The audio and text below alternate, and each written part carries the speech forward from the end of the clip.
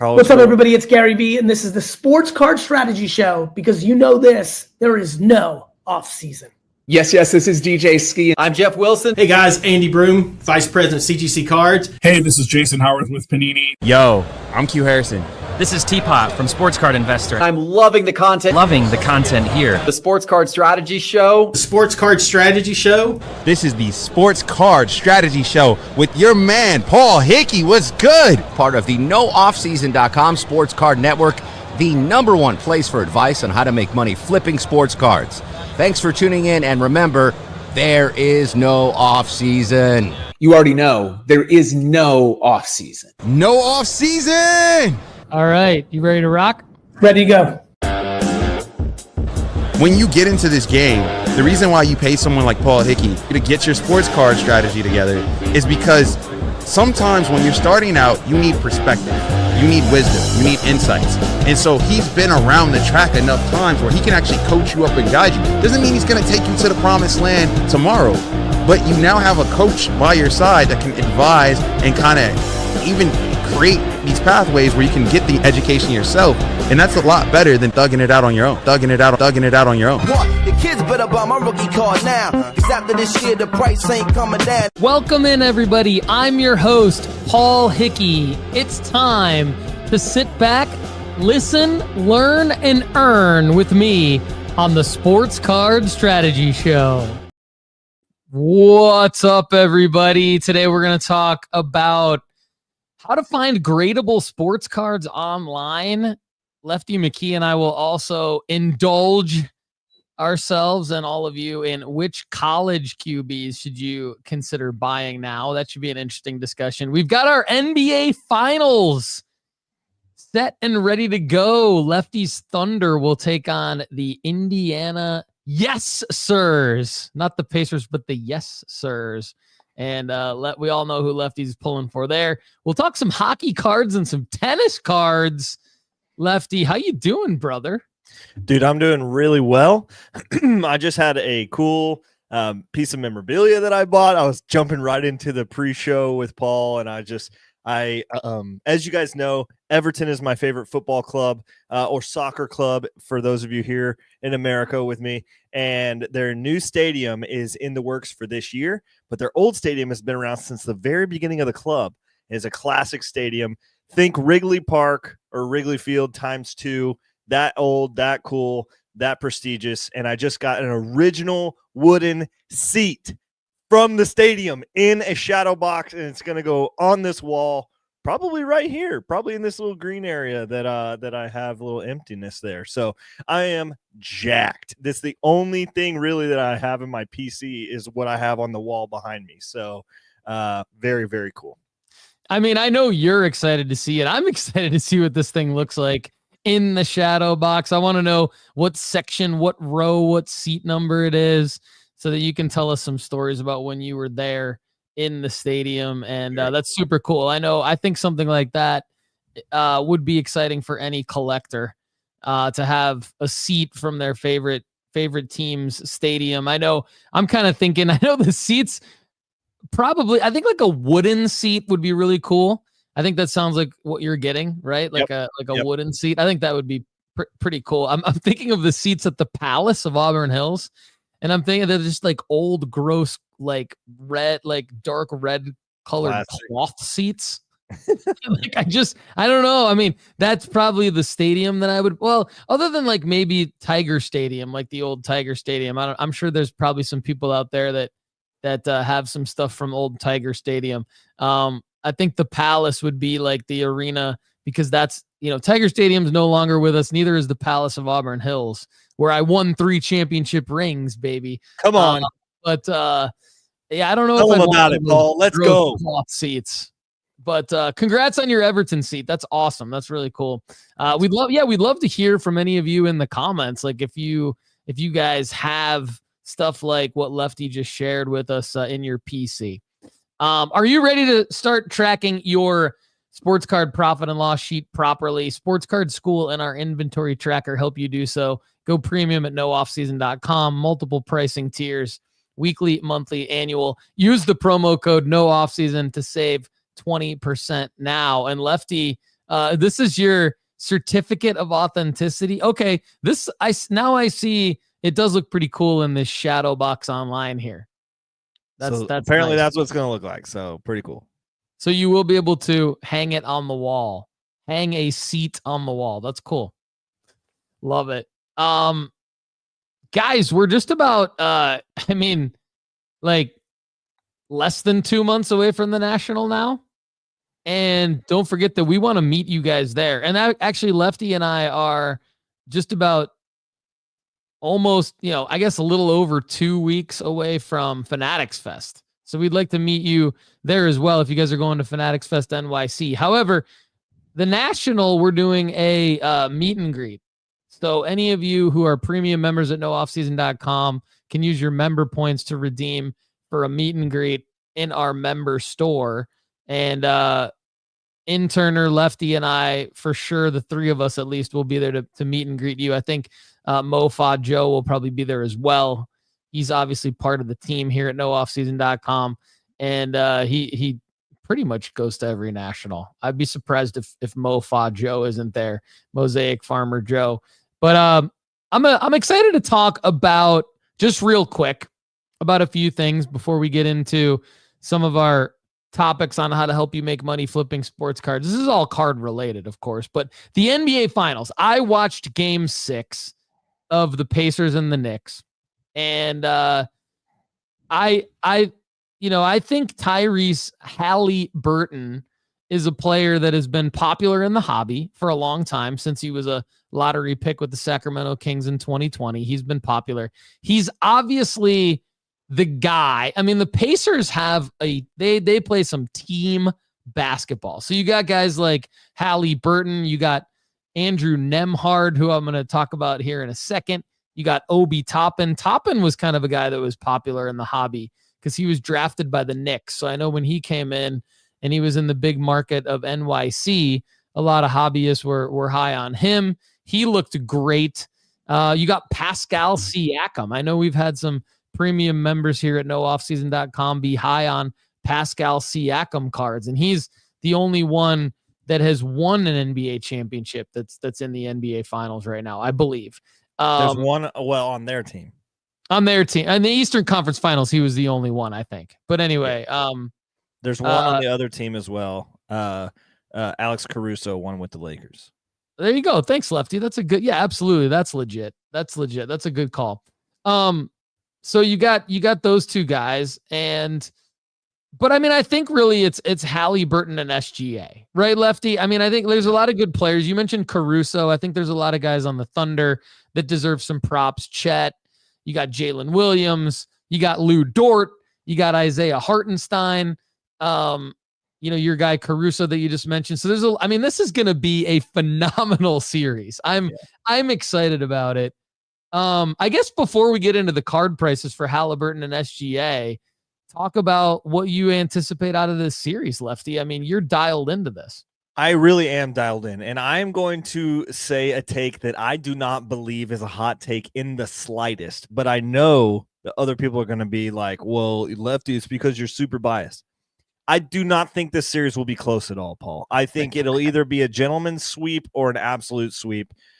I think the Thunder are a better version of what the Pacers are trying to do.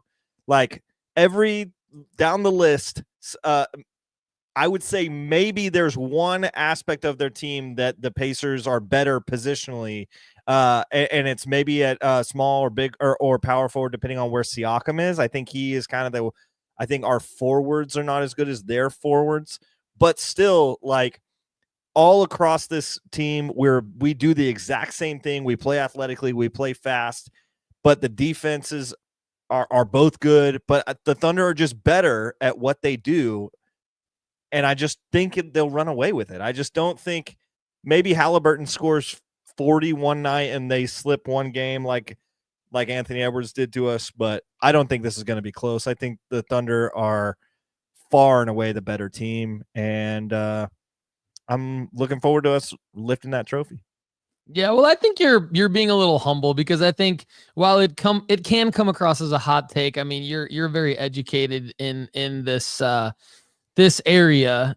because not only are the Thunder your team and you watch them all season, not just this season, but you watch them all season, every season, but you also are like, pretty diehard when it comes to most sports, especially the NBA. And so I think, I don't think you're giving yourself enough credit. I think that it's interesting that you say that because, obviously I think we all hope, at least I hope, for a good series, at least 5 or 6 games. Although I see what you're saying. I mean, on one hand, Rick Carlisle is a coach that knows what he's doing. On the other hand, I do see where, from a rotation standpoint, and I haven't watched as much as you have this season from either team, but during the playoffs, from a rotation standpoint, it feels like Rick Carlisle it doesn't feel like it. He is playing 11 guys, he's playing 11 guys, and that can be good, but that also can be a little bit like, if you're playing 11 guys, then you don't really have 7 or 8 that and I feel like, I see you nodding there, so I feel like maybe you're kind of feeling the same way. It's like with OKC, they're dialed in. You've got the same guys that are but they doing. Can also play 11. Like they can also play 11 dudes too. Yeah. So it's gonna it'll be fun. And I think now to the card thing. I mean, I think that to me, it's how I am, and maybe not all the audience knows, so I'll explain.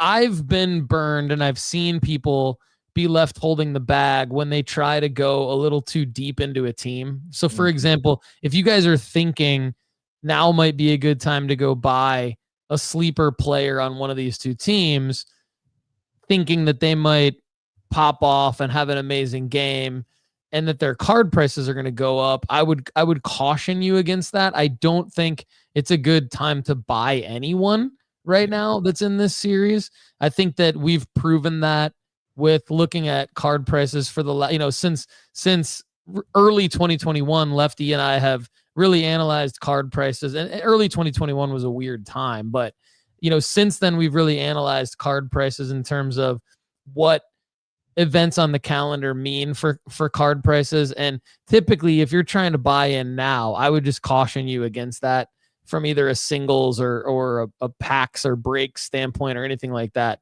But I think it does make sense to look at the top 2 guys and say, okay, what's up right now, and does it make sense to sell them some of their cards now heading into the finals? And then maybe look at some of the other guys. Like, I've looked at Chet Holmgren, and his Prism Silver 2022 PSA 10 was a card that has been in our sports card rankings for a long time. It was showing an opportunity earlier this NBA season to buy in at a particular price, typically around $200. That card has not really moved.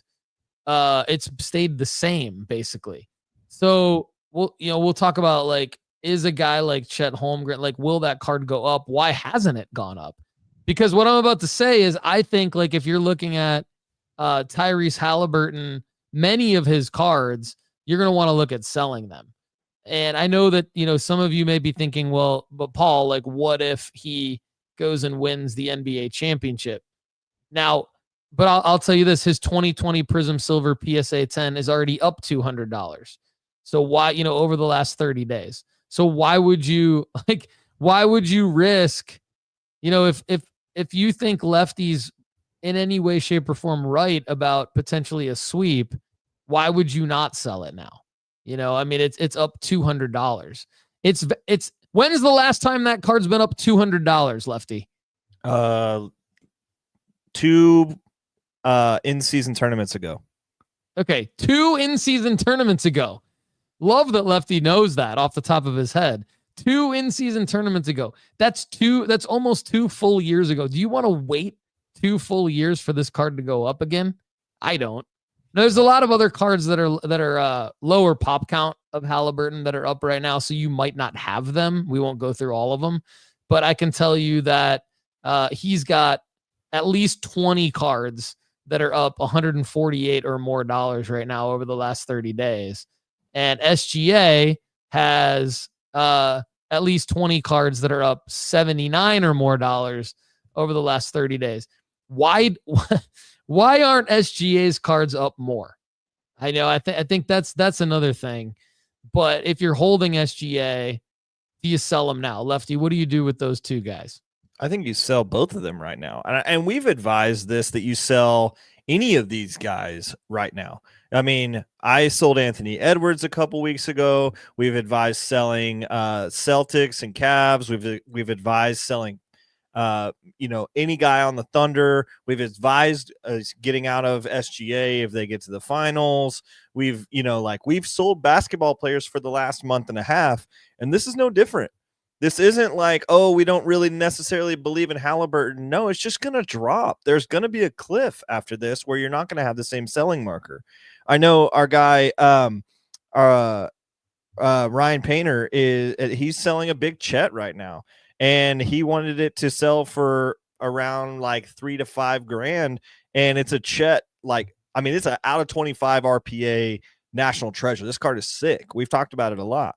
And the auction has 32 minutes left, and it's not even to $2,000. So I don't know why there's not any money going into these Thunder players. Maybe they're just a franchise that will routinely have cheaper cards, and we see that from time to time. That's hard for me to really admit, if I'm honest, but there are some franchises that don't get the attention that others do. And I think, in fact, both of these franchises are in that boat. Pacers and Thunder both really don't get the respect that somebody on the Celtics or the Lakers or one of the historic franchises like the Knicks or the Bulls even will get the same attention, just because the logo is different. So anyway, that's my small answer to why I don't think some of the SGA's cards are going up as much as others. I think that's why Chet's cards are not as high as they should be. But I also think that $200 up on Halliburton, get the heck out, bro. That card fell off for me. I held it too long during that. That's why I know it was December of 2023. That's why I asked you about it, because I knew you would purchase that card. I couldn't remember when it was, but yeah, I've had several Halliburton cards. We've been in and out of him over the last couple of years, several times, and he's a dog, but he's not a dog that's going to retain the prices through the next month. Yeah, I mean, I think it's super hard to make money flipping sports cards, and that's why we come at you week in and week out with how to do it, and it's not always what you would think it would be. We've talked about SGA cards for a long time, and we've kind of talked about other cards being better investments, even heading into this NBA finals that we both anticipated the Thunder having really good chance to be in. I mean, everybody knew they had a really good chance to be in, 68 win regular season team, but Lefty and I really thought they would make it all the way there, and they did. And the card prices, to a certain extent, to SGA, like we said a minute ago, have reflected that. Probably not as much as some other players in the past, maybe because of what Lefty just said. I think that's a great point about the market size for both Indiana and for OKC. Not really a classic franchise. I mean, yes, both franchises have been to the NBA finals before, but they're not the Lakers. They're not the Celtics. They're not the Knicks or, some of the other franchises that are in, I think bigger markets isn't really the term anymore, but maybe more markets with bigger fan bases, I think, is probably what we're both saying here. And so what I think about is when you walk around another country, what logos do you see? Yeah, exactly. I mean, you see New York, you see LA. Yeah. There's some logos that are brands, and then there's some logos that are teams. Exactly. Let's just put it that way. And that's exactly right. And so you've got an opportunity, like we said, to sell Shea and Halliburton because they are up right now. However, Chet Holmgren's Prism Silver PSA 10 is down $24 over the last 30 days. It is its most recent sale is $139. Okay, so some people bought into this card 90 days ago for $228 heading into the playoffs. It did sell, it has sold for closer to $200 and over $200 as well over the last 30 to 60 days, but $139. So that's frustrating to someone who is sitting there going, okay, well, does player performance really dictate card prices? And I think it again, we've talked about not only getting the number one guy on the number one team, but getting the number one guy in the league, or, a top 5 guy in the league from a hobby standpoint. And I think we're to your point about Ryan Painter's big card, which will sell for thousands of dollars, but still, you're right. Like I think thought it would sell for more than that. And then this Prism Silver PSA 10, which is kind of like the every man and woman's rookie card here. Like $139. I mean, it's disappointing, but it in a way it proves our point though. You've got to have really the right player. And I mean, apparently Chet, the hobby market has spoken. Like, he's apparently not the right player. Now, another thing that's interesting though is when you do get a guy like Andrew Nembhard. Now, this was like, I don't want to like overstate Andrew Nembhard, because he's a slightly above average NBA player. Like, he's a good NBA player. But when he has a game where he shuts down Jalen Brunson in a series clinching game, and he's interviewed during the game and the announcers can't stop talking about him, and deservedly so, you do see some of his cards that were listed in Buy It Now sell for significant prices for Andrew Nembhard. Like, he had today, his Panini Select Concourse Tricolor Prism PSA 10. It's actually a BGS 9.5, sold for $100. And then a PSA 10 out of 75 Obsidian rookie sold for $63. Not a high draft pick, solid role player on a solid team, exceeding everyone's expectations in the playoffs. You do have an opportunity to kind of go into your value bin at home, so to speak, and move out of some of those guys during some of these games. So I don't know, just thought it'd be a good idea to talk a little bit about the NBA finals. We do have some live chat here action. Ryan Todd, who's a new name, brings up a good point too. He says, look at Jalen Hurts pre and post Super Bowl as a case study, priced high going into the game, slump after he wins MVP. It's all about the hype and the FOMO. And he's right. It's weird timing. It's like, and I think Jalen Hurts too, to a certain extent, is an example almost of like an SGA, because we all know he's good. Maybe there was some pricing already built into a Super Bowl run potentially for Jalen Hurts, and maybe he's just not the guy that the hobby loves as much as some of the other guys. So it's it's an interesting discussion. I think that we've made the point about Shea not having he doesn't have Thunder in his rookie card. He doesn't have the RC logo, all this stuff. And then, but like the Chet thing is like, well, he's injury prone, da da da. And then like with Jalen Williams, you're just like, oh, well, who knows about that guy? Which is dumb. That's a dumb argument. But then freaking, what is it? What's the guy's name on the Pacers? Who did you just talk about? Nembhard? Andrew Nembhard. Nembhard? What the frick? Who is that? Like freaking who? Yeah. And I'm not saying that like his cards are going bananas, but I am saying that like he had I just know the hobby. The hobby is just had like, a good game. Nembhard. Yeah, people are going to buy Nembhard. And maybe, who knows? I mean, maybe this guy who bought the BGS 9.5 for $100 is going to be able to flip it during the NBA finals. Stuff like that. Crazier stuff has happened.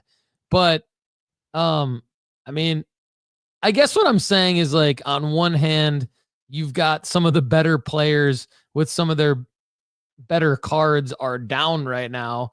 On the other hand, you've got like superstar, aka Chet. Then on the other hand, you've got superstars, aka Halliburton, SGA, with cards that are up, but they're not necessarily up as much as I thought they would be up.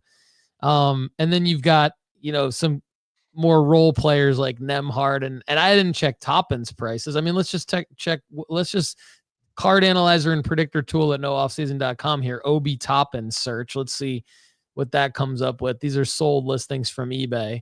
I'm sure after the game he had last night, or Siakam, that there's going to be some significant sales there. So, but I think a lot of times you're just like holding those and nobody wants them, and you've got them listed, and then all of a sudden somebody has a good game and they sell. I don't know that those are actually like plays, but I as we continue along here, quick live chat love. Ryan, Todd, Terry Anderson. And we've got some guys over on Instagram here. Obi Toppin.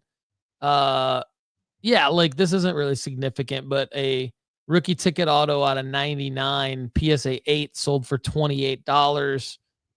Okay, so he's not really good. I mean, there's nothing really huge here for Obi Toppin. So there you go. Can we revisit something for the 100th time? Yeah, absolutely. Several months ago, Luka, Shea, we had a discussion. As of yesterday, May 30th, the price difference is $50 between the silver Shea and the silver Luka PSA 10.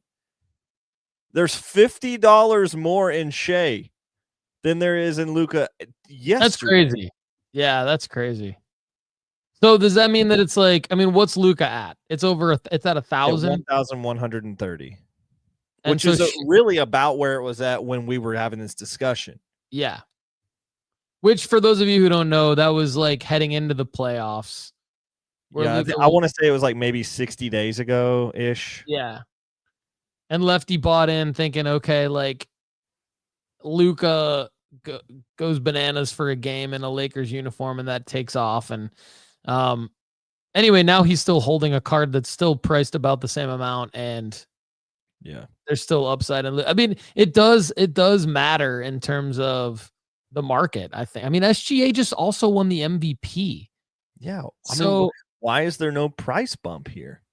Yeah, it's just, you know, a lot of cards are up, but they're just not up as much as I thought they'd be up. And I don't know, again, if it's built into his pricing or if maybe there will be a bump during the finals.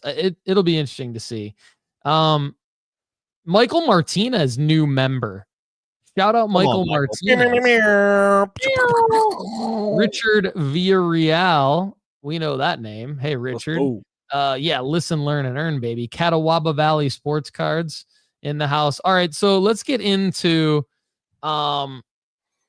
Fanatics Fest. So, Lefty, I want to talk about, first of all, you and I are going to Fanatics Fest. I'm excited about that. I'm excited to see you face to face. It's always a good hang at a card show with Lefty McKee. We'll be in New York. We'll be there Thursday together, so we'll be able to hang out and do some stuff. And then the card show Friday, Saturday. I'm flying out Sunday morning. We'll have Friday and Saturday at the show together. The best 2 days of the show. As you know, I made most of my money last year buying and flipping wax at the show. So one thing was available to anybody, but there was a limited amount, so you had to get there early. And because I paid for a VIP ticket, I was able to get in as early as anybody else was and secure boxes of, at the time, 2024 Topps Chrome Baseball Fanatics Fest exclusive hobby boxes, and flip them to David Adams for about double the price. But the biggest one was the Cactus Jack box that, as a VIP, I had to win a raffle that gave me the ability to purchase a Cactus Jack box, which was kind of the funniest thing ever. I had to win I had to be a VIP, win a raffle to be able to purchase the Cactus Jack Travis Scott Topps Chrome collab box. But I purchased it for about $200 and then sold it 11 minutes later for $1,200. Total net profit in 11 minutes of $1,000. So that was one of the best moves I've ever made. Now, I bring all that up to say Topps posted, I was actually talking to our friend Ziggy about this. Ziggy and I were texting each other about the show coming up. And I was like, okay, like, what are they going to do? Are they going to do the Cactus Jack thing again? Well, then he texted me, and it was Topps's post on X and on Instagram about Cactus Jack baseball cards are back. This limited edition set is exclusive to Fanatics Fest NYC, where Travis Scott himself will be in the building on Friday and Saturday. And it's a picture of a Shohei Ohtani Topps Chrome Cactus Jack card with Travis Scott, dual kind of picture, Travis Scott signing cards from last year's event next to it. Great. Here's my beef. Okay. Like, that's the detail. That's the level of detail we get from Topps and Fanatics Fest. the cards are back. Not who's eligible to get them, not what that group of people needs to do, not what they need to look out for. Nothing, no email has been sent to me as a VIP who paid close to $500 for the VIP thing. No, like nothing. I can't log into account to see any more details about this. It's just the cards are back. Okay. It's not good enough. It's just not good enough, right? I mean, it's like, I don't know, man. I mean, I think like, unless you've kind of been through some of this stuff before, you might just be like, why is Paul like fired up about this? But it's like, I was looking forward to this. I'm glad that it's back, but I want to know, I don't want to miss out on it. So I want to know, like, and you know me, Lefty, too. I'm pretty like type A, and I pretty much have OCD. I pretty much have actually had OCD my entire life. I deal with it. So I'm thinking like, okay, give me the details. Like what do I need to do? I don't want to miss it. I want to flip this again. And yeah, like I don't want to buy and hold this. I don't want to buy and open this. I want to buy and flip this. And I don't care who knows it, Lefty, but I want to know the details, brother. When am I going to get the details? Am I out of line on this? Maybe reel me back in a little bit. No, dude, I want to hype you up. I mean, we spent a lot of money to go to Fanatics Fest because we knew there was an opportunity for us to buy into some cards that we wouldn't have eligibility to do unless we were there. And then now it's looking like they're not going to present that data to us. Like they're effectively hurting the Hickey and McKee bottom line. And and they're losing a little bit of trust. It seems a little disorganized, and it seems a little bit of trust. Yeah, bro, all of the ones outside of the New York Fan Fest has been like they had a couple of different cities. Now they're like, okay, we're gonna give our money back to those cities.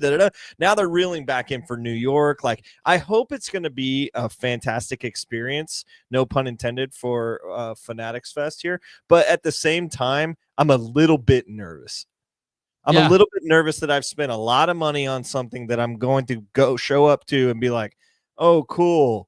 You know, like freaking Travis Scott's in the building. Woo. You know, like, that's not good enough for me. Yeah. You and I are exactly the same in that regard, because like last year it was a good event in August 2024. It was a good event. That was the inaugural event.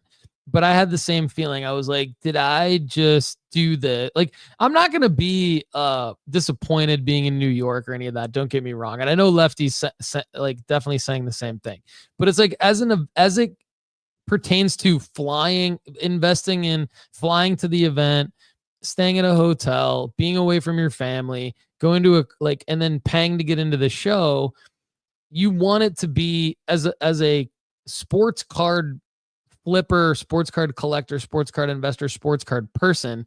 You don't want it to just be a fan event where it's just like people lining up for autographs. And Lefty and I are not really starstruck by people walking around. Like, yes, it was cool that Jake Paul was there last year. Yes, it was cool that Tom Brady, Travis Scott, all these different people were there. That was really cool. But I'm going to sound like so spoiled here, but like, I've seen Michael Rubin at all this stuff. I've seen, like, I'm not starstruck by the athletes. I don't care that they're signing autographs. I want the card experience, and I want to be able to walk up to the Topps booth because I'm at the event and I've got my ass there. I want the exclusive thing, and I want Lefty to get the exclusive thing, and I want our guys from Cards to the Moon, and I want Ziggy and Jeremy Lee and all the guys and Chase Krim and Cody Krim, all the guys that I know were there last year. I want everybody who got the exclusive thing to go back and be able to get the exclusive thing. And I want to know this exclusive thing, this Cactus Jack box that I've been waiting to see if they're going to do. I wanted, as a VIP who's paid for the VIP package, I wanted the email first. I didn't want to see it on X or Instagram selfishly. Yeah. I want the email. And I think all of you, if you paid for it, you would agree with me. Right? Like, give the VIPs, like, I'll tell you this, I will never be a VIP at this event ever again. And Ziggy and I talked about that last year. We talked about that last year because we both paid for the VIP thing last year. And we're like, Okay. And I had people ask me, should I pay for the VIP thing? And I go, the only reason the VIP thing was worth it last year as a card person was because if you hustled your ass off, you could flip to make more money, but you still had to hustle. They didn't give you anything for being a VIP. Yeah. So I don't know, man. I want to know as the VIP, how does anybody get these Cactus Jack boxes? And I wouldn't be bitter if they open it up to people beyond the VIP, but I'm just saying I want to know before everybody else how to get them since I paid for the VIP thing. And so I find out the same time everybody else finds out that they have them again. Big whoop. I don't know, man. So I'm fired up about that. I understand.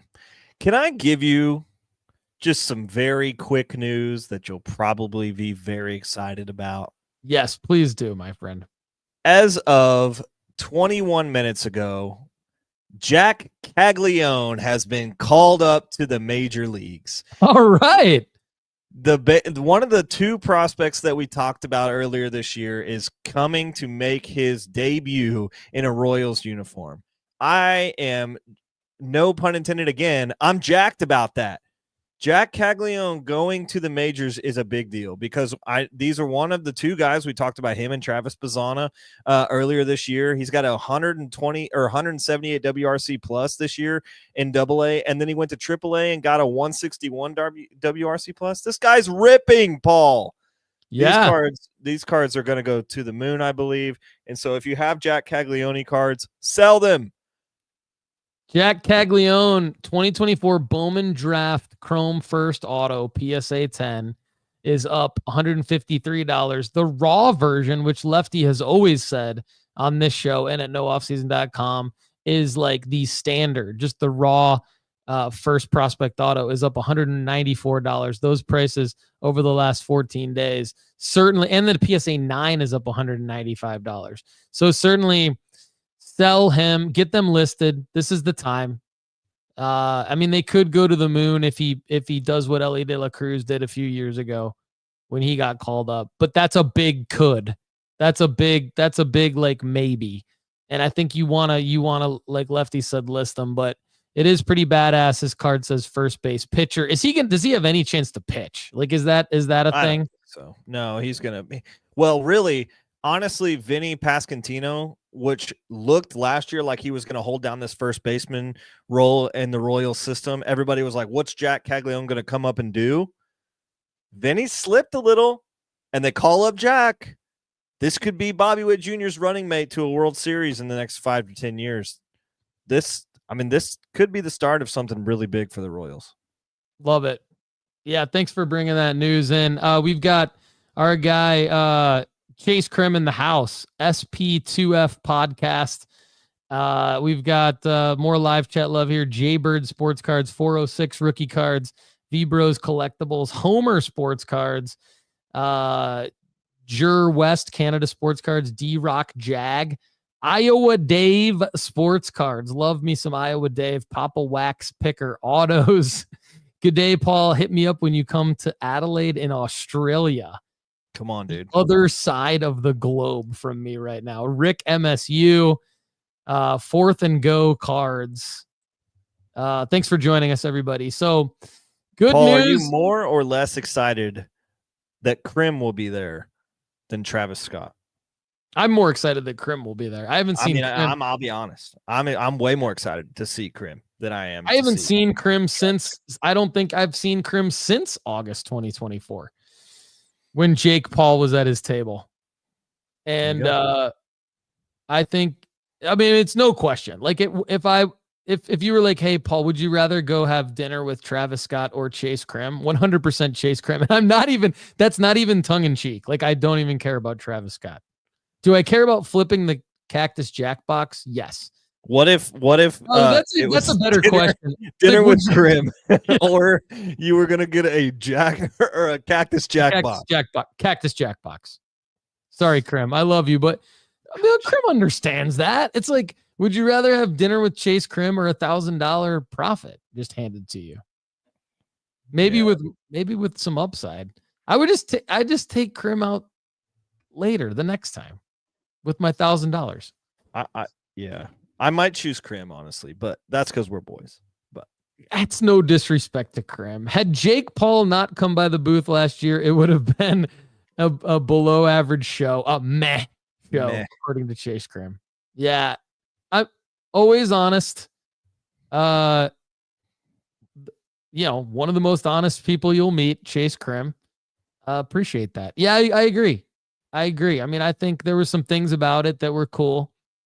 Had I not been able to flip the Cactus Jack box, it would have been a pretty meh show. And I mean, but seeing all the people, I did enjoy seeing all my, all my most of my hobby friends, everybody other than Lefty and Turner, and actually no Andy Kaysen, but other than that, got to see all my hobby friends. Okay, moving along, let's go to, Lefty gave us some good news on Jack. We had some bad news that I haven't really seen many people talk about yet. I'm sure some people have talked about it, but Zion Williamson in the news for the thing that you never really want to be in the news for.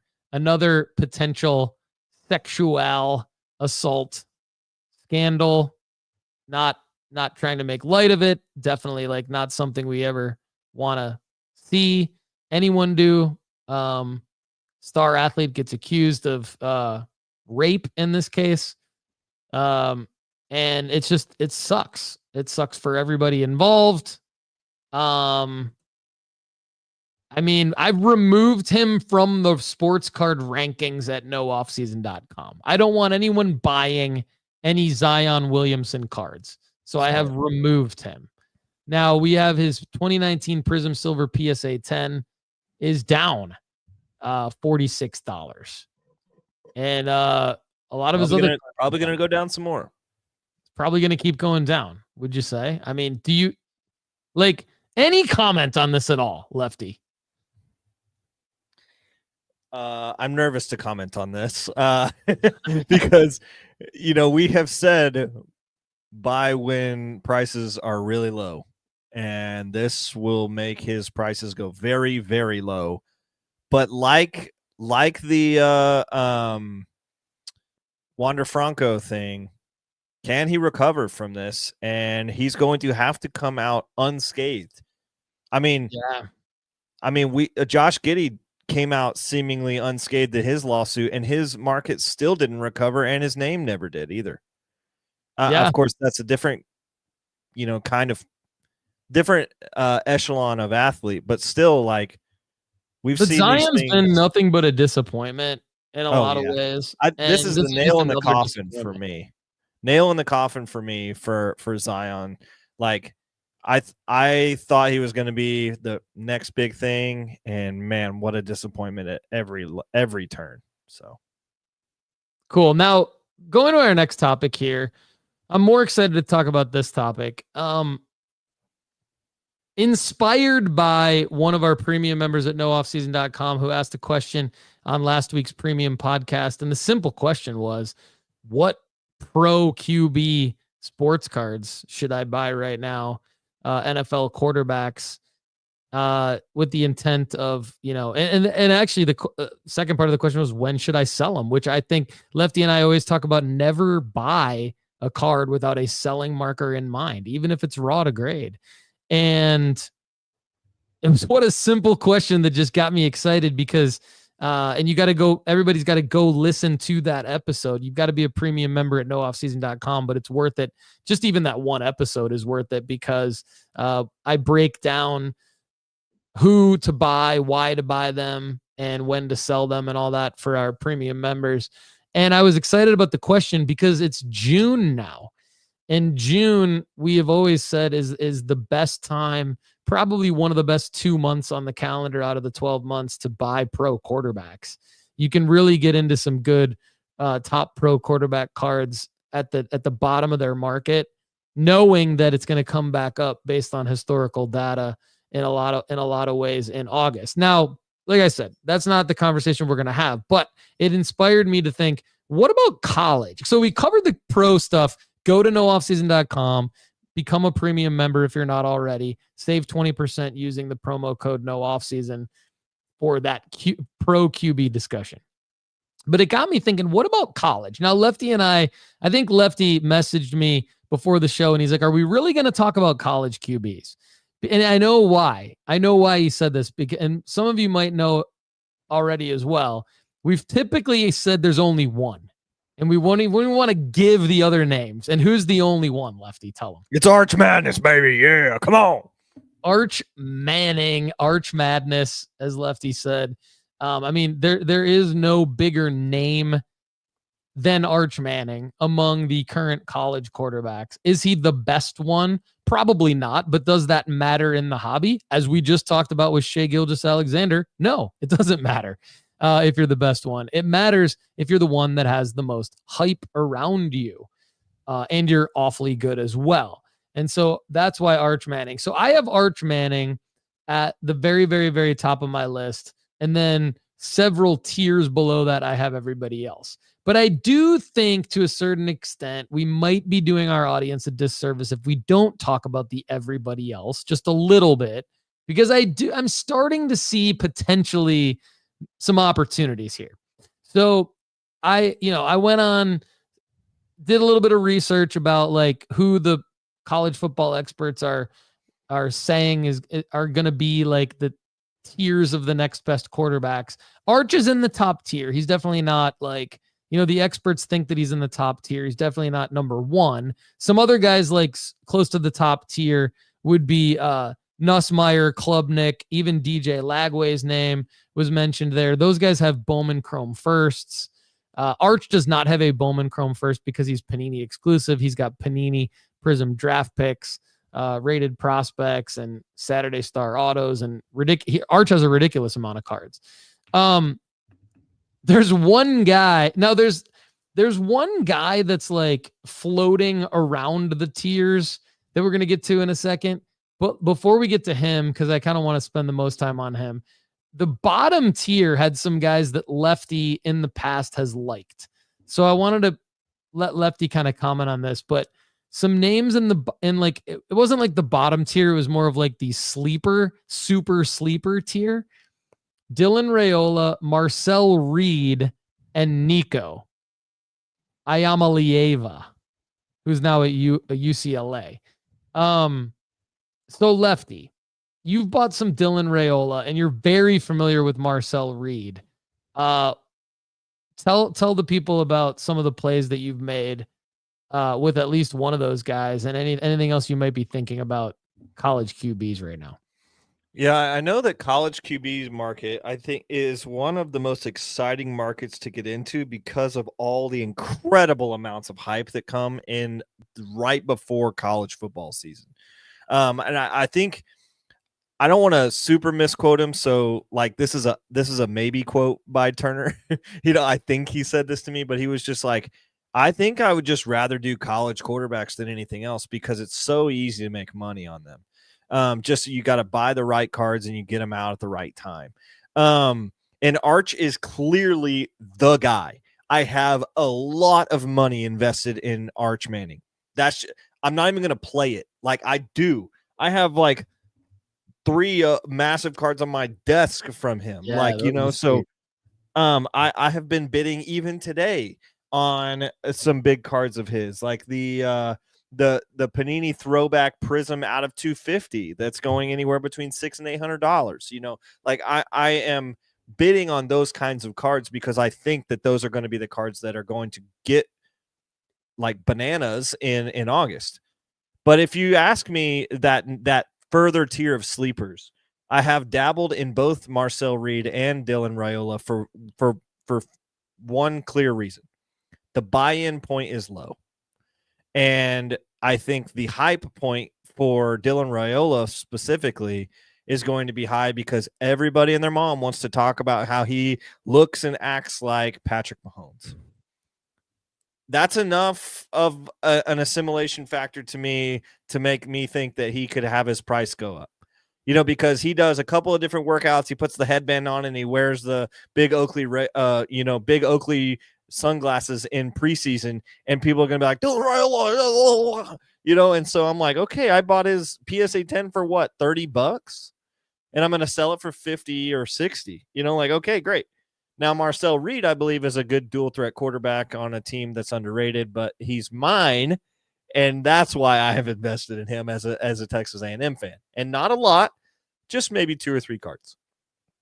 I do, however, have an interest in looking at the other guys, Garrett Nussmeier, Cade Klubnik, and DJ Lagway. I also, if he had more cards, the quarterback out of South Carolina is very interesting, who is not on our list here, but he is a guy that people are comparing to Jalen Hurts, and they say he's Jalen Hurts but better.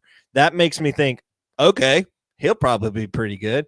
But the fact with him and Bryce Underwood is there's no cards and top products. They both have Onyx and they both have wild cards, and that's not exciting to me.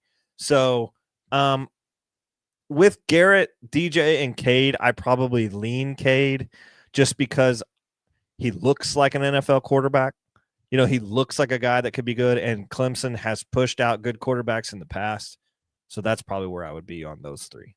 Love it. I love it. And I think we can all make money on a lot of these guys, by the way. I think it's a little bit of a risk, but their buy-in points are certainly lower than Arch. I will say this before I give my pick. Lefty and I each wanted to pick some guys other than Arch. You know, I think our live chat has summed this up just as well as I could. And so Terry Anderson basically says Arch's prices are already kind of high. And then SP123 says Arch's prices are high because he has baked in hype. If he does well, his prices will 2 to 3x overnight. Exactly. And then Terry says, totally agree, SP123. And I totally agree as well. And that's exactly why Lefty and I both have bought into a lot of Arch Manning, because that name, and he's already flashed a little bit. The fact that his prices have been high before he even played. And then when he played and flashed a little bit last year, it just became almost like how Ohtani's prices are. Ohtani's prices never really go down, and neither have Arch's. And I think we will continue to see that trend. Yeah. I don't think Arch's I think if you're buying in an Arch, it's one of those unique situations where you're buying high and it's still likely going to go up. It's kind of like it's like Caitlin Clark too, in a way. And ironically, they're the 3 of the 5 players that I chose to buy this year, kind of for that reason. But my pick, Lefty, this could surprise. It's going to surprise some people for 2 reasons. Number 1, this guy plays for the worst university ever to be created by mankind, the University of Michigan. Number 2, to your point, he does not have any cards out by any real quote unquote legit card brands. However, my pick is Bryce Underwood. Reason being, this guy got 15 million or something from Michigan in an NIL deal. And he's supposedly going to be the real deal. I could see him being just as hyped up as Arch Manning at some point, and I could see him living up to the hype at Michigan. The fact that he only does have Leaf and Onyx cards doesn't scare me too much, only because we made money on Shedeur Sanders when he only had Onyx cards, and Bryce's prices are high for Leaf and Onyx. Bryce's prices are not high for Bryce Underwood. They're a little high for Leaf and Onyx, but since that's all he has, it doesn't really scare me that much. And because he doesn't have many cards, I almost kind of like that more, because if he does pop off, it's not going to matter what his it would only matter if we know imminently that there's going to be a Bowman Chrome first of him or something like that. I think I'm not scared of telling people at this point in time, if you win a Bryce Underwood auction for an Onyx auto, that's what I'd be looking to do. I'd be looking to win a Bryce Underwood auction for either an Onyx or one of those Leaf autos and sell it leading up to his U of M debut, or after he has a big game at U of M.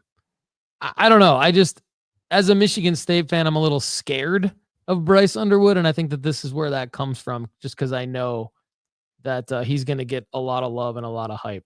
But interesting topic. Would love to. Do you feel the same way about Lenoris Sellers, the South Carolina quarterback? I'm not familiar with him. I'll be completely honest. This is the first time I guess I've just not. My research didn't find him. So he's got Pro Set and Leaf and Wild Card as well. So I think the reason why based on your I don't feel recommendation, the same way about him is because like it's almost like we talk a little bit about people who don't really follow sports knowing who Caitlin Clark is, but not really knowing who Paige Beckers is. yeah. And I feel like there might be a comparison between those two guys. Like I know who Bryce Underwood is because all the media attention that Bryce Underwood got when he decommitted from where like Alabama or something to come to Michigan. I don't know. I'm winning a auction right now from Lenora Sellers of a PSA 10 1 of 1 for $1. So, if it goes south from here, then it goes south from here. Lenora Sellers could be the penny stock of the year then. Could be. Great show so far. If you're confused by grading your cards with PSA, grade them with us at nooffseason.com. Send us your cards. We do the hard part and save you money. In light of PSA taking 65 days or more for the bulk value submissions, and many of you wanting to make plays on the NFL draft, print on demand cards, and NBA draft coming up later this month, nooffseason.com is now offering CGC, SGC, and Beckett.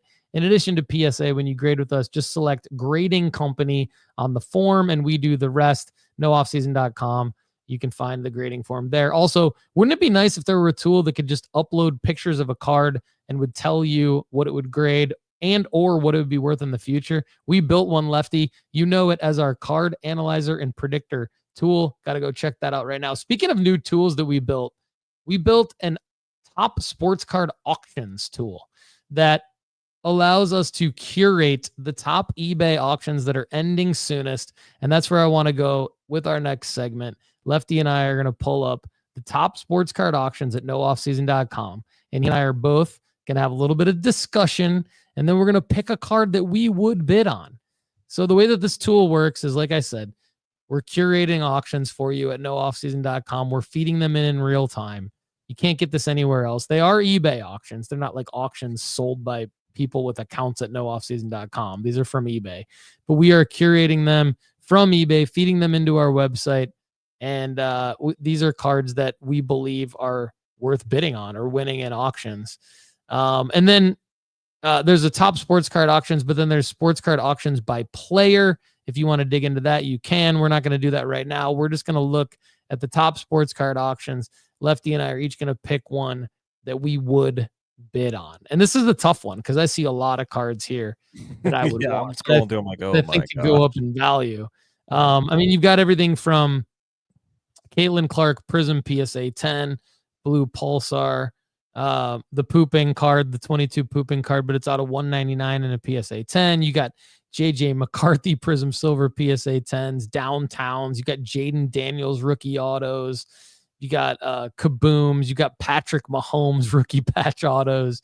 Jaden Daniels. Crazy. I mean, there's just a lot of great stuff here. You got a lot of great Michael Jordan cards. You've got look at this Victor Wembanyama white prism out of 175 PSA 10. Pretty. Paolo Banchero rookie ticket auto. I mean, all the stuff we talk about, right card, right player, right time. And then as you scroll down that page, you do get to a point where the cards get a little less expensive.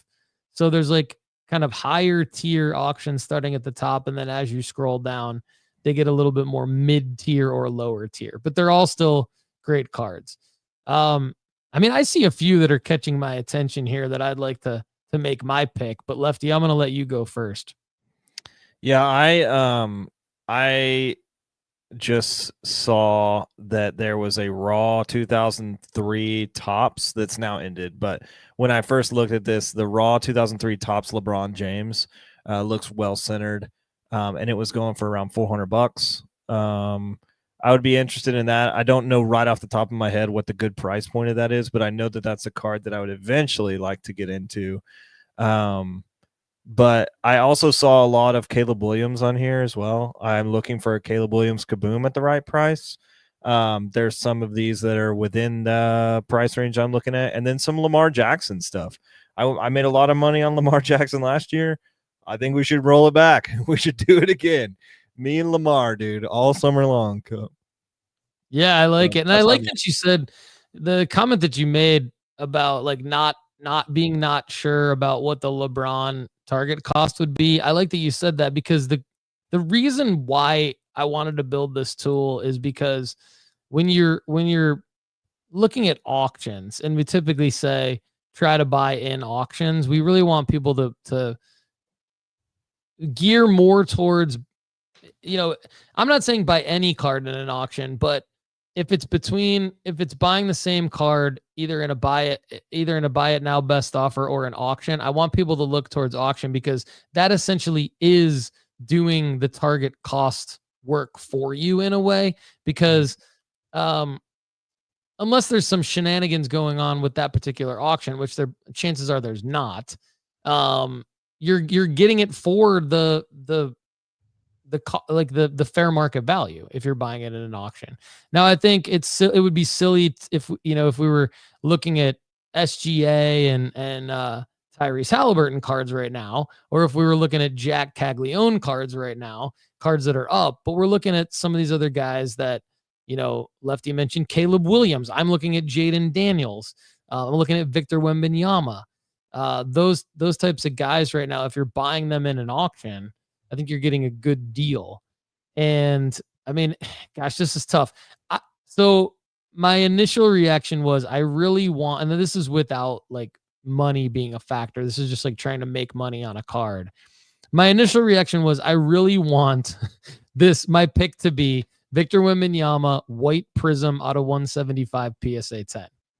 The problem with that card though, and this I think is probably pretty good advice for everybody. When you're buying a card that's serial numbered, naturally there's going to be less comps because there's not like the most of this card that there could be is 175. And we know that not all of them gem, right? So chances are this is like in PSA 10, it's going to be like a pop 50-ish. And so when you're buying a card and you're spending, in this case, it's going to be well over $5,000. This auction's going to end at. The trouble that I would have making money on this card is that in order for the buyer confidence to be high enough to spend more money than I did, there would have to be more comps higher than my comp. Yeah. And so because there's only 175 of these, that's not going to happen. And I've been down that road before. So I'm going to unfortunately pass on that one because I'm not a collector. I'm trying to make money flipping. The Caitlin Clark WNBA Signatures PSA 10 Prism is an interesting one, but I think, putting my own personal strategy of only buying 5 players aside, I think I'd go with the Jaden Daniels Raw Downtown. Yeah, I like that. I think I'd go with the Jaden Daniels Raw Downtown. I think I'd definitely grade it. And then if it gets a 10, then I make a lot of money. If it doesn't, I could still potentially make money on a 9 in August, or I could crack it out and sell it raw and just get my money back. And I think I really like that when you're looking at like a high-end card, which all of these auctions would be. So that's what I'm going to go with. That's my pick. Let me ask you a question real quick. Just off the top of your head, and I love doing these. I think it's fun for the audience as well. Off the top of your head, what do you think this card's worth? Oh, CJ Stroud, Silver Prism, PSA 10, 2023. Right now, I'm going to tell you that is comping at around $420. Wow, you're pretty close.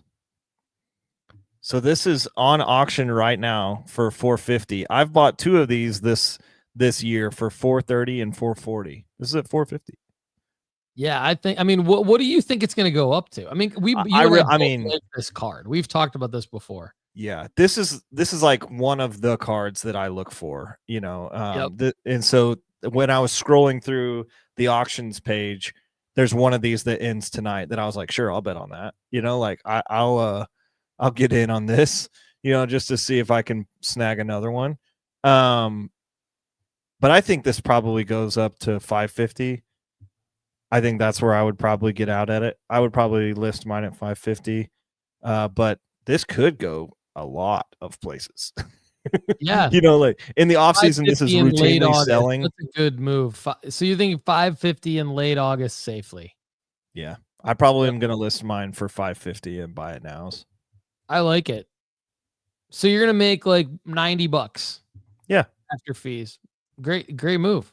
I mean, that's the game right there. And then maybe like, I think I said this on the premium pod last week too. Like if you end up with multiples of a card like that, not just that card, but there's a lot of cards like that, right? If you end up with multiples of a top quarterback that with potential, hang on to one of them just in case they do pop off. If you're making enough money on the others in late August, then it could be worth hanging on to one of them. If not, then just get rid of all of them and make money on all of them. Yeah, I'm pretty excited about CJ Stroud. I mean, we've talked about him a couple times, but I have the image variation as well. So I have that silver, but then I also have the Panini Prism Silver image variation card, which actually doesn't sell as well, but I like it more. So I'm more excited about that one as well. So we'll see. I'm excited for that one as well for you because I am not able to buy them for my own personal reasons. So I'm living vicariously through you. So let's make some money. One of them sold May 24th already for $480. So I think 550 is really conservative, if I'm honest. I think you're right. If you like the content on this show, get an extra weekly episode on Fridays. It's the premium podcast for members.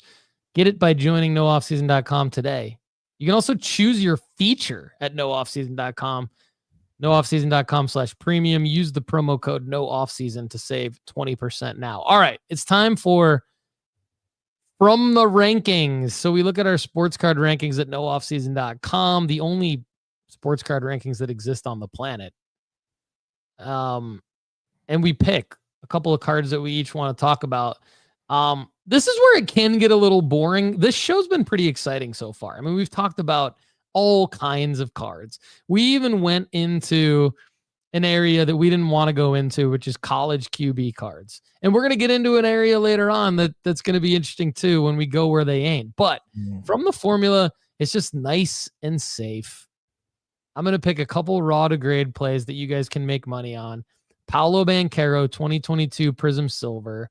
Our sports card rankings formula said, let's go, baby. $51 buy-in point. Get it graded. Find one. We got later on in the episode, we've got a video for you how to find gradable cards online. So this is perfect. Stay tuned for that. $51, $340 upside in a PSA 10, and projected average sale price based on all the grades that you could potentially get. Still $127. So 42% ROI on that card. If you don't understand what that means, go to nooffseason.com. There's more of an explanation. Brock Purdy, 2022 Prism Silver is my other card that stood out to me. $129 buy-in point raw, $444 upside in a PSA 10 across all the grades that you're likely to get. Your projected average sale price is $231.93. So a 27% ROI on a raw to grade. So not only do I like those two cards and those two players based on the math, but you're looking at guys that are likely to see their PSA 10 prices increase as we get closer to their next season. So I think there's actually more upside than what the sports card rankings are showing for them right now based on the time of year. So that's why I wanted to pick those two cards. I did a very similar outcome. I tried to I came up with 4 cards, and I'm gonna say they're all in different sports, even though there's 2 basketball players because one's a male, one's a female. And I'm gonna actually save my basketball male prediction for very last because I think it's the best one. The first one and these are going in ascending order on percentage return currently. And now what I also want to say before I start this is I went the Paul Hickey route as well, where I said currently these cards are selling for at least a 14% return, but I believe that the position that all 4 of these athletes are in, that their positional return will increase as we get closer to the selling markers for them. And I'll explain that. So my first one is Paul Skeens 2023 Bowman Draft Chrome First Auto. This is a card we've talked about a lot, but the Pirates absolutely suck. They are so bad, Paul. They are so bad. You know who's not bad, though? Paul Skeens. He is the second best pitcher in baseball statistically right now. The second best, behind Tariq Skubal from your Detroit Tigers. Yeah, buddy. So, therefore, who's also in the American League. Now, mind you, the Pirates are in the National League. So what does that mean for us? That means that the number one statistical person to be the favorite for the Cy Young should be right now in the National League, Paul Skeens. Now, I'm not telling you who to bet on. I'm not telling you all that, but I am saying Paul Skeens, in my opinion, is the likely favorite for the National League Cy Young Award. I don't know if they'll give it to him because he's on the team with the worst record. Weirder things have happened in Pittsburgh. This guy could be on the market. Now, how crazy would that be? How crazy would be insane. Why would they do that? I don't know. Juan Soto was traded. That's true. Soto was traded when everybody was like, no freaking way is this guy getting traded. And all of a sudden he ended up in San Diego. True. Weirder things have happened, and the Pittsburgh Pirates love to not spend money. Weirder things have happened. So all I'm saying is right now we can get this card, if you can find one raw, for $365. The PSA 10 of this is around $1,000. That's a 14% turn. And even the PSA 9 is selling for $430. Therefore, you're covering your fee of grading. Next one, Caitlin Clark, Prism Silver. This card, if you buy it raw, $294. I've bid on several of them this afternoon. She's injured right now.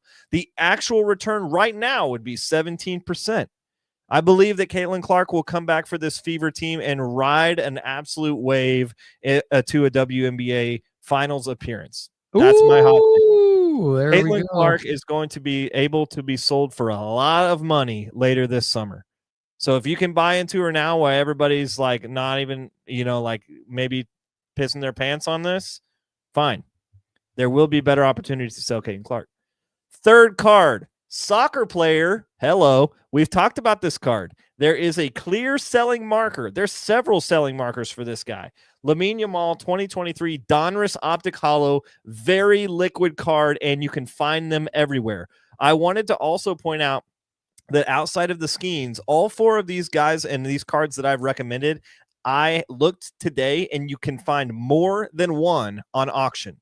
That's important to me when I give you these card recommendations, because some of the cards in the formula are awesome price points, but are hard to find. The 4 that I'm bringing up are not incredible returns, but they're easy to find. So, you kind of have to throw in some of these as well when you're pumping out a 27% return every day, and then you're able to find one of those 50 ones, then that's great. But you are able to find a frick ton of Lamine Yamal Optic Hollows. They're everywhere. It's a very popular card, but this card is still selling for $232.40 in a PSA 10. That is a 26% return, and we are not even to the season where I believe he's going to be the hottest card in the market. And my number one card right now from the formula is a card that I am wildly surprised on how undervalued this is. And it's a perfect buying window that I believe now will be even better because he just lost to the Indiana Pacers. Jalen Brunson, 2018 Prism Silver 250, finding it raw for $55.50, selling it at an average of $290.78. This same card in the other athletes we've talked about today, this same card, Jalen Brunson is at $275. Tyrese Halliburton is at $425. Shai Gilgeous-Alexander is at $1,188, and Luka Doncic is at $1,130. Don't you think Jalen Brunson deserves a higher probability than a $275 price tag when the New Yes. York Knicks are making the finals, and the New York Knicks are coming back for more. Yes. They Yes. will be coming back for more. Therefore, a Jalen Brunson PSA 10 flip right now, I think that's a really, really strong play for anybody looking for a good raw to grade strategy over the next 3 months. Just hone in on Jalen Brunson Prism Silvers. I love everything that you just said in the last 5 minutes. I mean, I typically love most of what you say anyway, but what an absolute power-packed last 5 minutes. Totally agree. Great calls. I mean, I'll even throw in, I think if Tom Thibodeau can just shave what little hair he has on his head so that he can look like Rick Carlisle, then he can beat Rick Carlisle. He's going to have to grow. I think he's going to have to grow, brother. Maybe the reason New York lost to Indiana is because of Tibbs' hair, and Carlisle had the bald, just straight bald. Jalen Brunson, I mean, you're right. You're right on the money with that. And I love the Lamine Yamal too. We workshopped that one together not too long ago, and you said, hey, throw that thing into the rankings formula and see where it comes out. And it came out a good one. So I'm glad you picked it. Are you ready to start grading your cards? CGC Cards is the perfect place to slab your favorite sports cards. From their crystal clear holders to their affordable pricing, CGC Cards is the perfect stop for your grading needs. Go to cgccards.com to start grading today. All right, Lefty, it's time to go where they ain't. This is where Lefty and I each pick a player and a card that nobody else is looking at as a calculated flyer play for the audience to consider. Now, I struggle with this from time to time. Sometimes I'm really good at it. Sometimes I struggle to find something. This week, I feel like I struggled a bit to find something. However, I think it's time to talk about hockey a little bit, because if the theme of this is going where they ain't, then I think we need to talk about hockey, because I don't think a lot of people give hockey cards their fair shake. I think we forget about hockey. Admittedly, I forget about hockey. And, we're sitting here during a time when we could be talking just as much about the hockey, the NHL Stanley Cup playoffs, and we've talked a lot about the NBA Finals. So I think this could be a good go where they ain't pick. But Wayne Gretzky's 1979 Topps base PSA 6. Okay, the reason why I picked specifically the PSA 6, and the reason why I picked this card specifically is because Alexander Ovechkin has surpassed Wayne Gretzky as the all-time goal scorer in the National Hockey League. He's still the great one, however, and this is still an amazingly iconic card in the Edmonton Oilers uniform. And the reason I picked PSA 6 is because it is a Pop 2204.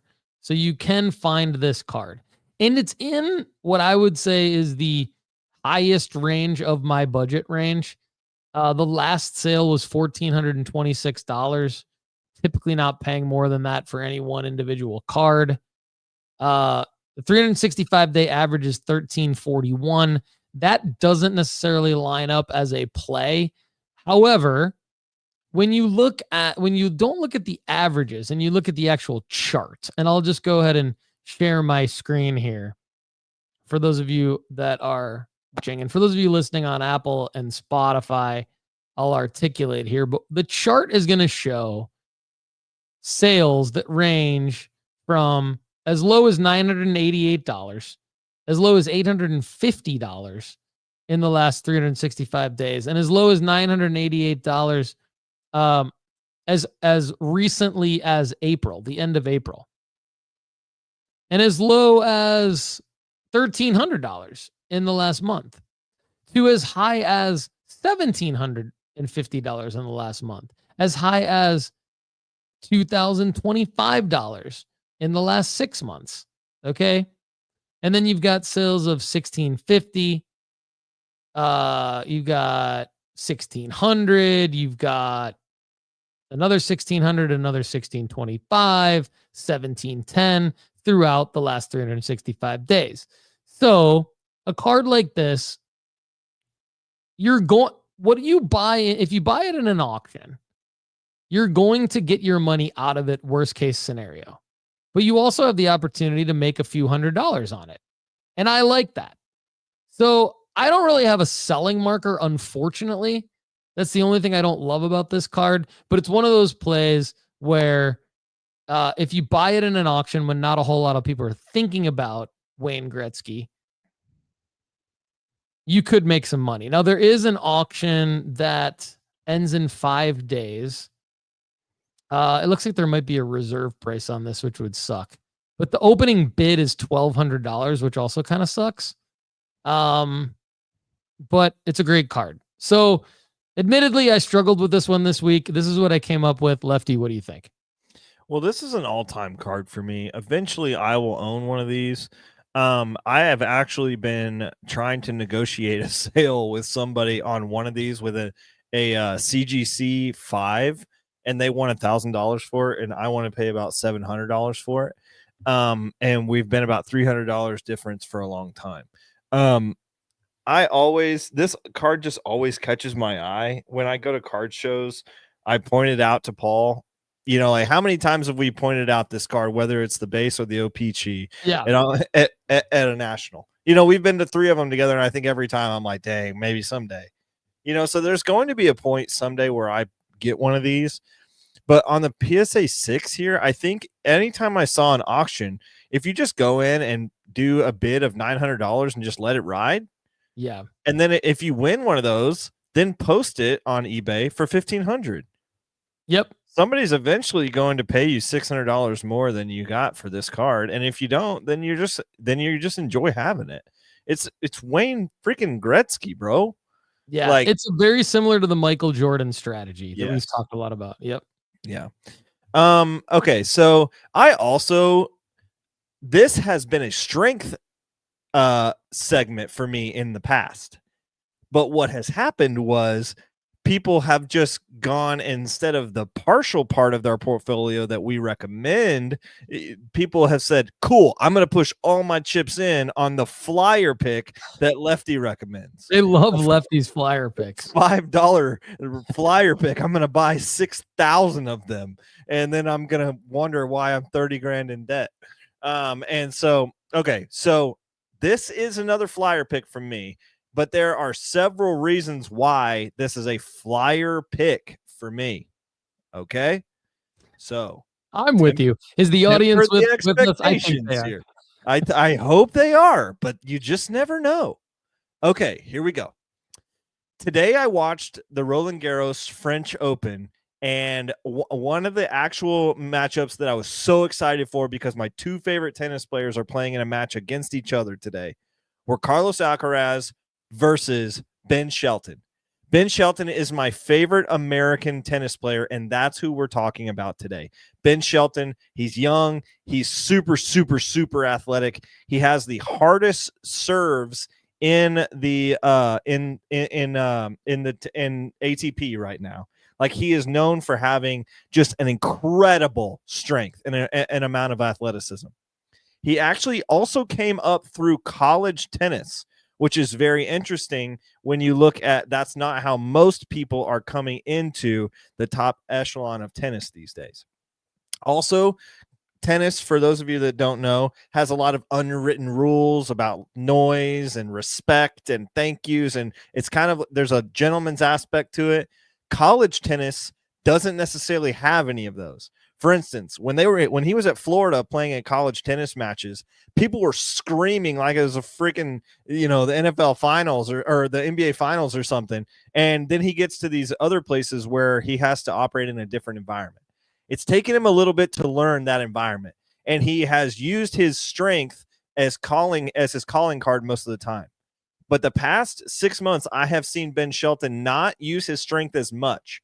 There's the same thing you see with pitchers that come in and they throw like 106 out the gate, but then they learn how to pitch and they end up throwing 99-ish a lot. And when they need to, they turn it up to 102, 103. And so I think I've seen Ben Shelton grow a lot this year. And so I watched this match today, actually, Carlos Alcaraz versus Ben Shelton. And Ben Shelton went all the way to a first set tiebreaker with Carlos Alcaraz.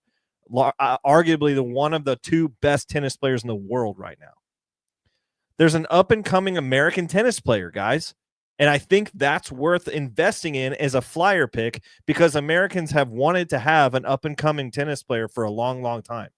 As of today, he's ranked number 13th in the world, and he serves the hardest out of anyone on the tour. He's learning to play real tennis. Like I said, he's improved significantly this year, and I expect him to reach top 8 in the following year. He also plays exceptionally well on hard and grass courts. This is where it gets interesting. The next 2 majors, so he got eliminated today, and he played really well. He can be excited about it. But the next 2 majors are Wimbledon and the U.S. Open. A grass court Wimbledon, which his strengths will play to, as well as U.S. Open, which he had his coming out party last year.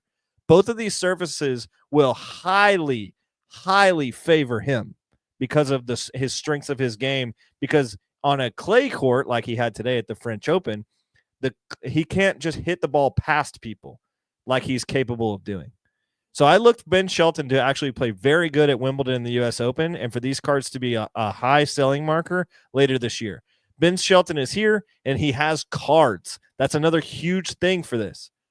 He has Topps Chrome autos with his rookie shield on them, and the quality of the release is terrible, though. This is where I think finding the right card for Ben Shelton is really important. I have attached 3 cards at the bottom here that I think that Paul can pull up while we're talking about this. But the first one I wanted to talk about is there are graded versions, PSA 10 versions of his Topps Chrome Auto. One of them that I've just put up here that if you're not watching with us is a Topps Chrome Sapphire Ben Shelton rookie cards purple refractor auto out of 10. This is going for around $390 to $400. You know, this is a good card to get invested in, I believe, because of the selling marker in the future will be pretty good. Now, let's go to the next one, Paul. This card the next card here is a Topps Royalty rookie autograph. The reason why I like this one is there is a rookie card shield. It is Topps. It's out of 25, but it's an on-card auto. On-card autos for tennis players are actually pretty rare. I think these cards, the royalty cards, are the ones that I will be looking forward to because the Topps Chrome autos are sticker autos. The royalty ones, several of them, are on-card autos, which I like a lot when it comes to when there's not a lot of autos or not a lot of cards for a specific athlete. Try to make yours the more desirable option. And this being $120 raw auto out of 25, I feel like that's a pretty fair market value for an out of 25 for a top 15 player in the world. Now, if you want to go to the next one, I believe it's also a Topps royalty card. Oh, no, it's a Topps Graphite. This is another card that I found that is actually on card as well. So I brought it up, and it also is a Topps rookie card shield or rookie card logo as well. And I believe it's just a nice looking card. Of course, this one's out of 75 as well. I would go for a numbered auto if you are going to buy a Ben Shelton auto. I think they are low enough right now that you could get a rarity element out of that. But I think there will be some raw to grade plays on Ben Shelton if you're not dealing with the Topps Chrome regular product. If you're dealing with Topps Graphite or Topps Royal, then I believe that this would be a good move to try to get some on-card autos from a guy that could be the next generational United States American tennis player. Woo! Love it. Good stuff, Lefty.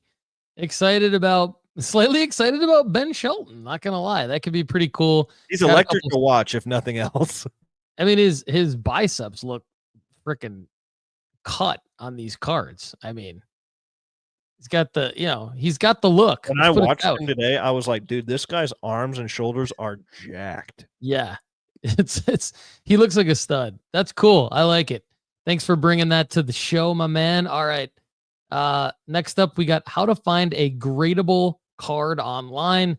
This is from Sports Card School. So this is our Sports Card School lesson of the month.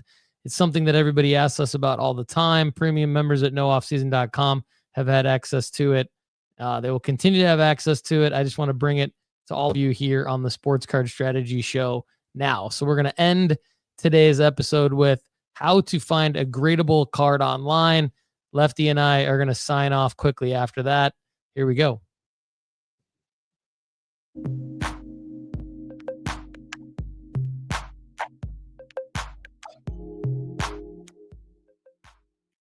What's going on, everybody? Paul Hickey here. You may have heard me use the phrase find a gradable card online. And I use this as a stipulation a lot when referring to how to make money on raw to grade, specifically using our formula-based sports card rankings at nooffseason.com and the raw to grade tab. So I'm going to explain what I mean by gradable card, and I'm going to show you in this video how to find a gradable card online. And let's start with going to our raw to grade rankings. Of course, you click on sports card rankings at nooffseason.com. It defaults to the raw to grade tab. Friendly reminder, there's already graded to raw and our calculator here, but you're going to start by saying, okay, let's go to raw to grade. And what I'm going to do is I'm going to scroll down to a card that we should be able to make 35% return on investment on if we buy multiple gradable copies at the target cost, which is currently, as of this video filming, $13.17. And it is the Michael Jordan 1991 Upper Deck SP1 base. So I click on his this card, and it takes me to his player profile page. It happens to be currently the #1 ranked Michael Jordan card to make money on, and it is a raw to grade at PSA Play. So we click here to buy this card on eBay. It takes us to our eBay search query. So now we're looking at trying to find a gradable copy of this card that's raw at the target cost of $13. So the first thing that I'm going to do is try to see what auctions are available. So I'm going to click on auction, and it's going to limit my choices. We can see here there's some that are, this one is at $2.25. This one's at 79 cents. This one's at $6.02. This one's at $3.25, $3.25. So there's a lot of options right here from a raw to grade standpoint. If I were to buy all of these, I would give myself, in theory, a solid chance at making 35% on a raw to grade play, as long as I stay under the $13 mark for all of them. However, we want to make sure that they are gradable. So the first thing we're going to do is let's click on this first one here that currently has 4 bids, and it is at $2.25. It ends in 2 days and 2 hours. So what I'm going to do is I'm going to zoom in on this listing. The first thing I'm going to look at is the centering. So the centering from left to right, the centering from top to bottom on the front of the card.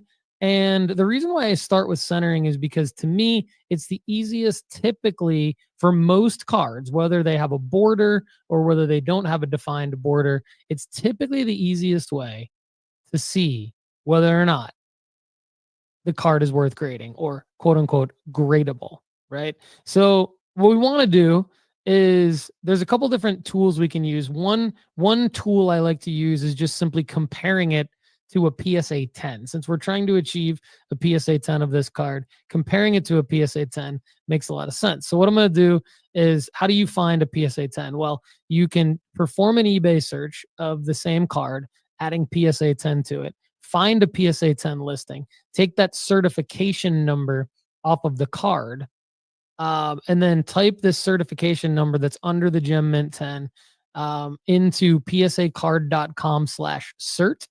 CERT, and it's going to spit out a Gem Mint 10 of this card, a valid Gem Mint 10 of this card. So here is our Gem Mint 10 of the Michael Jordan 1991 Upper Deck SP1 card. And we're looking at the front, we're looking for centering, and then we're going to go back to our card, and we're going to try to compare again. We're going to try to eyeball the centering of our card and the centering of a PSA 10. Now, don't forget, not only does it need to be centered right to left, it also needs to be centered top to bottom, and it also needs to be centered right to left on the back and top to bottom on the back. That's all very important. So from an eyeball standpoint, a lot of times I can tell, because of my experience with grading cards, right, left, top, back. right, left, top, bottom, and back, front as well. Top, bottom, front, left, right, front, top, bottom, back, left, right, back. Okay. What I see, my eye sees that this card from the top of this photo to the top of the card appears to be more space than the bottom of the nameplate to the bottom of the card. And when we look at the PSA 10, I see that the centering appears to be a little bit more even when we look at the top of the photo to the top of the card versus the bottom of the nameplate to the bottom of the card. Now, another thing is the Upper Deck logo here. So the Upper Deck logo has this diamond. Now, maybe it's to the top of the diamond to the top of the card. That's the top bottom centering. It appears to be very, very close. Now, what I would do is I would consider this card, because it's so close, I would consider this a gradable copy. So this could be a card, this card could be a card that I would consider a gradable copy of this card, and I would potentially put a bid on it. Now, one thing I would be leery of, though, is because this card's from 1991, and this centering does appear to be very, very good, it could be trimmed. It could be trimmed. So you're less likely, if you're comparing, say, a 2020 Anthony Edwards Prism card, you're less likely to find a trimmed version of that because it's only a few years old, whereas this Michael Jordan card is almost 15 years old. So now let's take a look at a bad example of a card. So now this one right here, clearly to me, there's more room on the right border than there is on the left border. And when you flip it around to the back, there does appear to be more room on this left back, which is the same side of the card. Now, sometimes it won't always be even. The back could be centered, but the front is off center, and then it would not be a 10. Right now, the front is very clearly off center, so I would not buy this card because it's not likely to gem at all. Very, very low percentage that this card will gem. Now, there is a tool, an online tool, that does a pretty good job helping us weed out not gradable versions of cards. And that's half the battle. If you can weed out cards that are not gradable, you're actually doing a good job, and you just simply go to the next card. Again, unless you're dealing with a super short printed card or a low serial numbered card, there are hundreds of options out there for you at any given time for most cards. So you don't need to rush into buying a card, even if it's at the target cost. If it's not gradable, it doesn't really help you. You want cards that are at the target cost in our formula-based sports card rankings, but that are gradable. And so let's review this online centering tool that we found that can help you with your process of finding gradable cards online. Okay, so what you'll do is you'll go to edgegrading.com/centering, and you'll see this tool right here, and you'll need to download the image of the card that you think might be gradable. And let's go back to the one that I actually really liked. I'm going to right click and save the image on the front of the card. I'm just going to start with the front of the card. And then at Edge Grading, I am going to upload this photo into Edge Grading. So I uploaded the photo into Edge Grading. I'm going to click use this image. And it's going to show you this screen while your card is loading, blah, blah, blah. Eventually, it's going to spit back out the image of your card. Your image is ready. And it says right here, left to right, 54%, 46%, top, bottom, 60, 40. So it is saying that the top looks like there's a little bit more white space than there is on the bottom, which is kind of what I thought. And so therefore, it might not be a gradable copy. 60-40 on the top, bottom, left, right, 54, 46. But if you click view grades, it does say front PSA 10, back PSA 10. Front, interestingly enough, says SGC 9, back SGC 9. So not an exact science. Grading is very, very risky. You're going to get mixed results. It will also be dependent on the grader. It is based on, human opinion.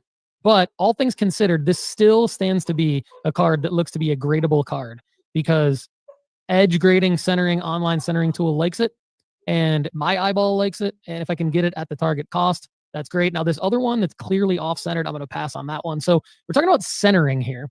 Now, surface, edges, and corners are the other three main things to look at as it relates to whether or not a card is gradable.